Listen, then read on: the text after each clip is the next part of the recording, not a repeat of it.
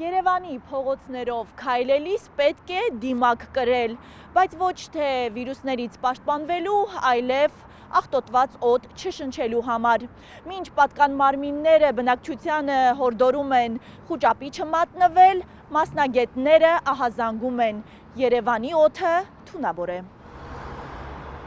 Մայրաքաղաք Երևանը վերջին տարիներին վերածվել է շինհրապարակի, քաղաքի գրեթե բոլոր վարչական շրջաններում միաժամանակ ընթանում են շինարարական և վերակառուցման աշխատանքներ։ Իսկ ավտոմեքենաների ավելացման ու մեքենաների արտանետումների վտանգների մասին խոսելն ավելորդ է։ Այն լրջագույն սպառնալիք է հանրային առողջապահության տեսանկյունից։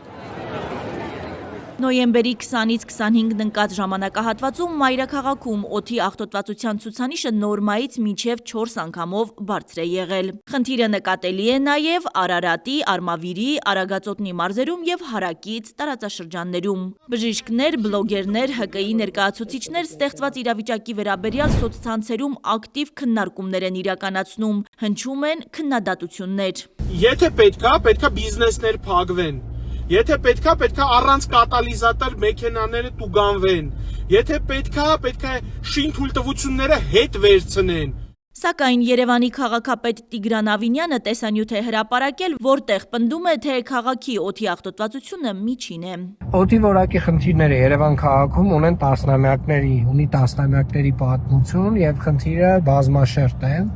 եւ առաջին հերթին իհարկե պայմանավորված է ջեռուցման սեզոնով,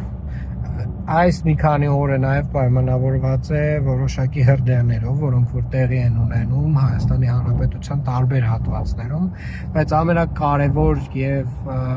ամենաբարդ հատվածը իհարկե մեր աշխարհագրական դիրքն է եւ հարարատյան գոգավորության հատվածում կուտակվող եւ չշարժվող օդը։ Ի տարբերություն Երևանի քաղաքապետի, որը փորձում է համոզել, որ Երևանում օդի աղտոտվածության ցուցանիշներն անհանգստացնող չեն, Արժանախագահ Ալեն Սիմոնյանը հարցի վերաբերյալ այլ դիրքորոշում ունի։ Ես կարծում եմ մենք շատ անլուրջ ենք վերաբերվել, մեր մեղքը բոլորից մեղքը կա նման խնդրին, կլիմայի հետ կապված եւ էկոլոգիայի հետ կապված հարցերին եւ ուզում եմ տեղեկացնեմ հարգելի հայրենակիցներ, զարմանալ դժգոհել չլինի։ Մենք այս հարցը պետք է օրենսդրական առումով լուծենք։ Մենք պետք է որոշենք, կամ մենք թույն ենք շնչում տարբեր քաղցկեղային եւ մնացած հիվանդություններից մեր հարազատներին կորցնում ենք, կամ մենք որոշումներ ենք կայացնում, կամ մենք կատալիզատորները մեքենաների մեջից հանում ենք, սիգարետների բիչոկները կտցնում ենք պատուհանից դուրս, կամ մենք այլ ինչ-որ որոշում ենք կայացնում։ Կյանքին սպառնացող աղտոտվածության մակարդակի ցուցանիշները պարզապես թվեր չեն։ Դրանք մի շարք հիվանդությունների զարգացման համար ռիսկի գործոններ են համարվում։ Օդի աղտոտվածությունը միայն էկոլոգիական խնդիր չէ, այն մեր օրգանիզմի համար, հատկապես կենտրոնական նյարդային համակարգի համար լուռ, բայց լրջագույն սպառնալիք է հանդիսանում։ Օդում առկա վնասակար մասնիկները, թունավոր նյութերը թափանցելով շնչառական համակարգի միջոցով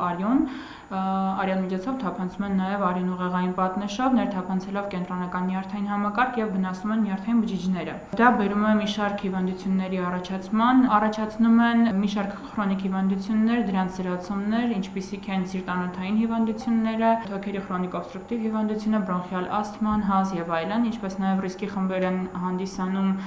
երեխաները, հղիները եւ տարեցանձինք, որոնց մոտ այս հիվանդությունները ավելի հաճախ են հանդիպում։ Բժիշկը հասարակությանն անհանգստացնող հարցին մոտենում է նյարդաբանության տեսանկյունից, առանձնացնում է ի հայտ եկող բարդությունները։ Ինսուլտը, ցրված սկլերոզը վերջին տարիներին շատ ավելի խոսվող թեմաներից է, Պարկինսոնի հիվանդությունը, որը պայմանավորված է դոպամիներգիկ նեյրոնների դեգեներացիայով, գլխացավերը, հատկապես միգրենի նոպաների զրացումը, քնի խանգարումները, երեխաների մոտ եւ տարեցների մոտ ուշադրության կենտրոնացման խանգարումներ եւ այլն։ Օդում առկա թունավոր նյութերը հատկապես ծանր են անդրադառնում քրոնիկ հիվանդություններ ունեցող անձանց վրա։ Ալերգիաներից մինչև օնկոլոգիական հիվանդությունների սրացում մտահոգիչ են մեր երկրում գրանցվող թոքի քաղցկեղի զարգացման միտումները։ Մթնոլորտային օդի աղտոտումը բերում է թթվասնի մակարդակի իջեցման, որն էլ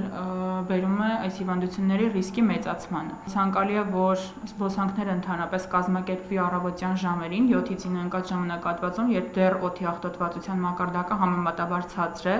ինչպես նաև պատշաճ կերպով օդափոխել, մաքրել տները, խոնավեցնել, երեխաներին չպետք է թույլ տալ, որ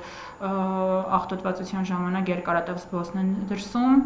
ինչպես նաև բոլորիս խնդիրն է արդեն հանդիսանում կանաչապատման ապահովումը։ Բժիշկը խորհուրդ է տալիս թույլատրելի քանակությամբ օգտագործել հակաօքսիդանտներ, D և B խմբի վիտամիններ և ընդունել առողջ սնունդ, միրգ բանջարեղեն։ Հասմիկ Ֆարադյան, Կարապետ Կարապետյան, Արմալուր։